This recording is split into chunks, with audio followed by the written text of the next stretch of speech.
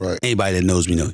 Right. You don't get too many shots with that with me. Right. I don't pick up the phone too often. Okay, so for the past couple years, it's been a roller coaster ride for Skip Bayless after he had that public spat with his former FS1 co-host Shannon Sharpe, and then finally getting fired from his own show, Undisputed, over the summer. Recently, Skip has been on a media run, appearing on many different platforms and getting his face out there again as he tries to revive his career in the sports media world. Personally, from what I've seen so far, I actually like this new Skip, free from the shackles of the media network and speaking more freely on topics.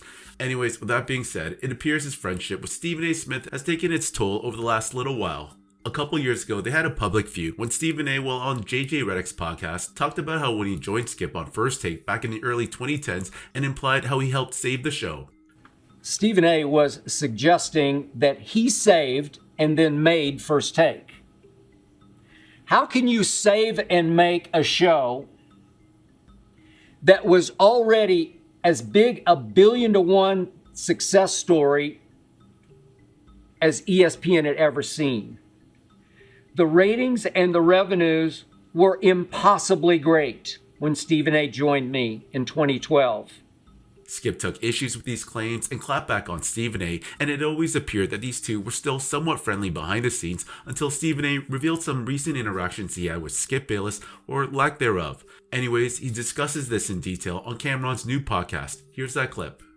What is your relationship with Skip Bayless today? I don't have one.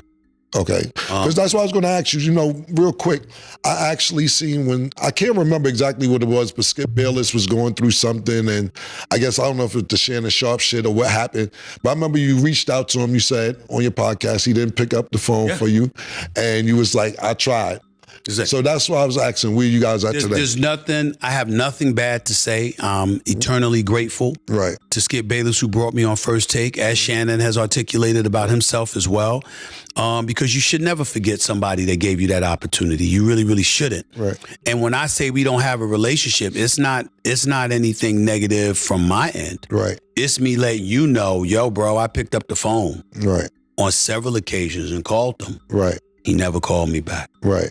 And so, to me, if you that kind of person, that doesn't make you bad. It just means that we can't vibe, because I'm going to answer a call. Right. I'm going to answer a call. There's nothing, I got a lot of people over the last year or two that have really, really pissed me off. Right. I'm picking up the phone if they call. Right. There's only one person that I won't pick up the phone for. Everybody know who that person is, that no good, sorry ass. Everybody knows who that is. I don't have to say his name. Right. Outside of that one human being on the planet Earth, right. You understand, who I think is the human incarnation of the devil. Right. Everybody knows.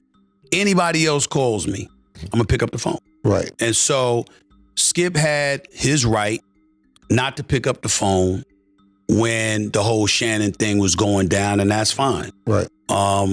That's his prerogative. Right. But live with that. Right. Do what you got to do. Right. That's how you felt it was best. That's why I know Skip better than most.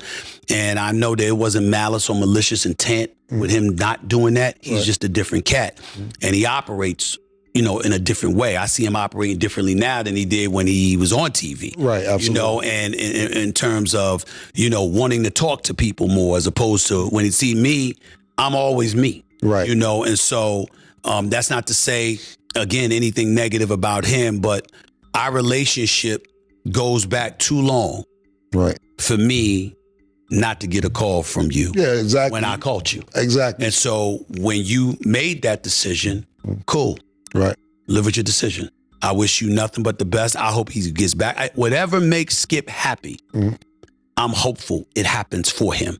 I love his wife, Ernestine, who is an absolutely wonderful woman, and she's diehard Skip all day, every day, as any man would want his wife to be. Right. That's who she is. Right. And she's a phenomenal woman. I got a lot of love for her, and I will always love Skip. Right. Even when I adamantly and emphatically disagree with some of the things he says and does. Right. But the part about not calling me back, not answering my call, nah, bro, you anybody that knows me, family included, anybody that knows me know, you don't get too many shots with that with me. I don't pick up the phone too often to call you. Right. If you don't answer my call, you don't answer my call. Right. Wow, that's pretty sad that it's come to this between the two of them. To not even call the guy back with the history that you two have just shows how deep this runs.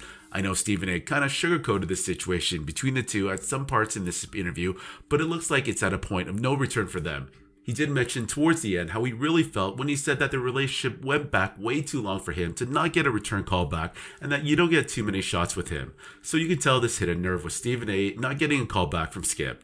Honestly, when Skip was doing his media run for the past 2 months, I was really hoping he was going to go on Stephen A's podcast, but it looks like that is far from happening, as these two just seem to be on opposite ends as we speak. And I'm sure Skip might be a little bitter about how things have turned out since he left ESPN, watching the guys he took in and Stephen A. and Shannon Sharpe surpassing him in the media game, but I really do hope he does get back on his feet with his own show. He's the godfather of sports media world, and I'd like to see him finish out on top.